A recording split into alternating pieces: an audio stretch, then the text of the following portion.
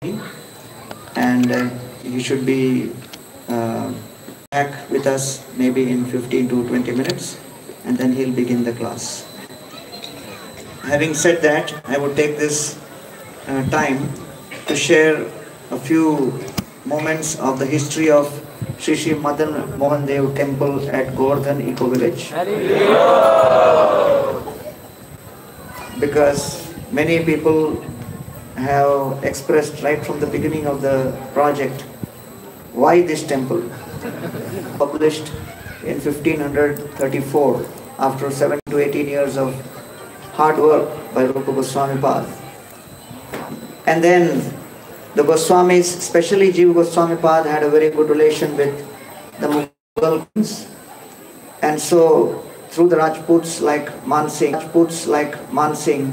they managed to get patronage of the rulers in Delhi, and the red sandstone which was being used for many of the architectural features of the Mughal buildings. Some part of that was also sent to Sri Vrindavan Dham for building these temples of Goswamis, mostly executed by Srila Jiva Goswami. So considering the history of those times, at that period of time in history, apart from the Mughal kings, the emperors in Delhi, nobody else could afford buildings of red sandstone. So therefore, what the Goswamis did at that point was they cultivated directly the emperor and the ruler of the country, and they managed to get donation straight from what is equivalent to the PMO today. And that's how you see all of these red sandstone buildings in Fatehpur Sikri, you will see them in Agra, you will see them in Delhi, and then you will see them in Sri Vrindavan Dham, thanks to the efforts of the Goswamis, especially Srila Jiva Goswami. So Maharaj will give more about the history of the Madanmohan Dev deities, but this temple was specially created in 1580, 10 years before Sri Govindadev temple was established in 1590.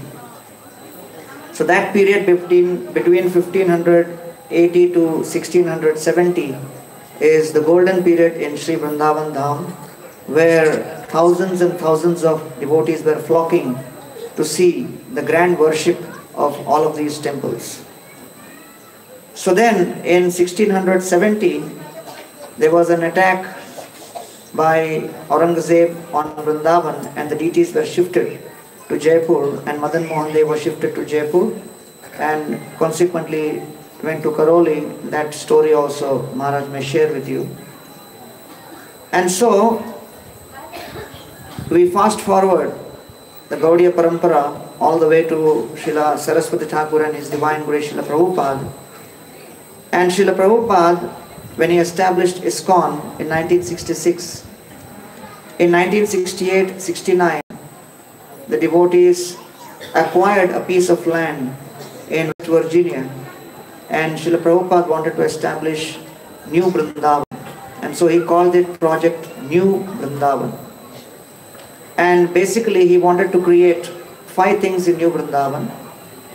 First, he wanted to have the kind of farming, the agriculture community which Sri Vrindavan Dham represents, as Nanda Maharaj and the cowherd boys represent the agrarian community. So therefore he wanted that when people read these books, they should be able to come to a project where all of these principles are actually showcased and people can experience it. So with that in mind, Srila Prabhupada wanted a community, and may I request Nityodit Prabhu, standing way back, to come forward. From the right side, somebody can escort Nityodit Prabhu, the one who's looking smart with cooling glasses. So please do come forward. So Nityodit Prabhu was the construction head at ISKCON New Vrindavan.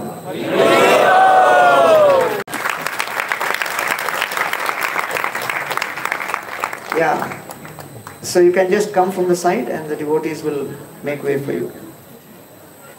So Srila Prabhupada in 1972 laid the cornerstone for the Govinda Dev temple So Prabhupada wanted basically organic farming, cow protection, because Krishi and Gorakshya is what Krishna and Balram represent.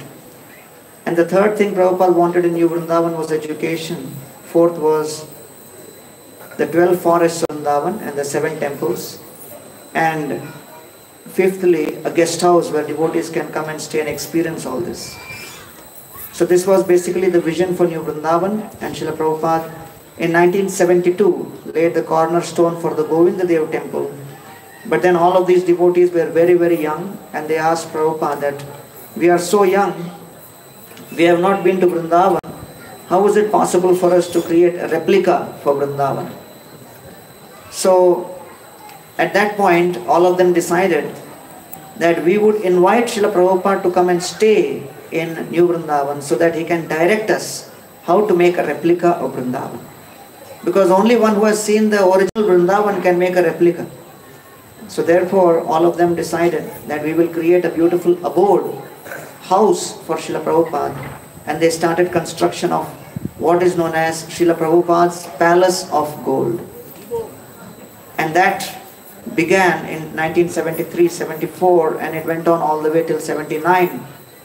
And then when it opened, it was one of the most magnificent pieces of architecture, and practically all of the construction was done by all the devotees, Srila Prabhupada disciples and the devotees of the New Vrindavan community, without having any paid labor at all, including all of the paver blocks, the glass, the various kinds of gold foiling, all of the laying of the marble, all of the masonry work.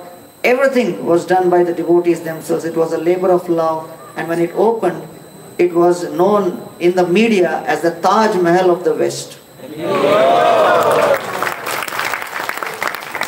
And thousands of people started coming to visit in buses to see the New Vrindavan Palace of Gold.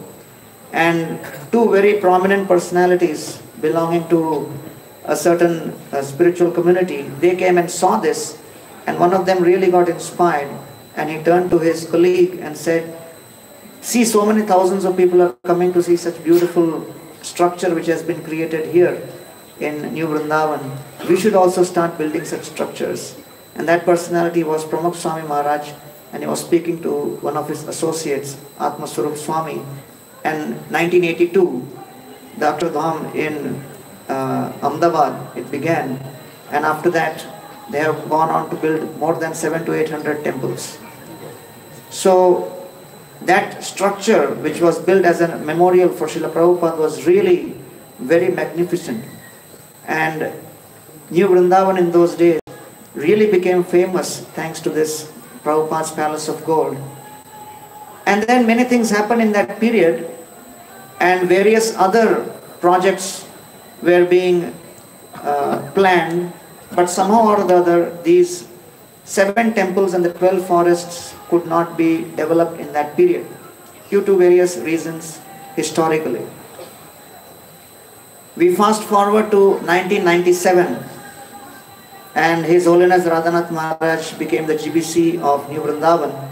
And in 1997, His Holiness Radhanath Maharaj, the first thing he wanted to commission after becoming GBC was to build the Madanmohan temple. And when he actually took over, he called one of his disciples from Pune, His Grace Jai Gopal Prabhu, and he was doing his masters in architecture at that time as a master's student, and he asked him that you please take as your master's project the 7 temples of Vrindavan as your master's thesis project. That I call as a master stroke. And thanks to that, Jai Gopal Prabhu, on behalf of Pune University, so Pune University wrote a letter to the Archaeological Survey of India, because Madanmohan temple, all of these temples come under the Archaeological Survey of India, and under protected monuments you cannot just go and start taking measurements, you know, and oh, I feel inspired, I want to take measurements. But it was part of his master's thesis, so the Pune University made a formal request to the archaeological survey.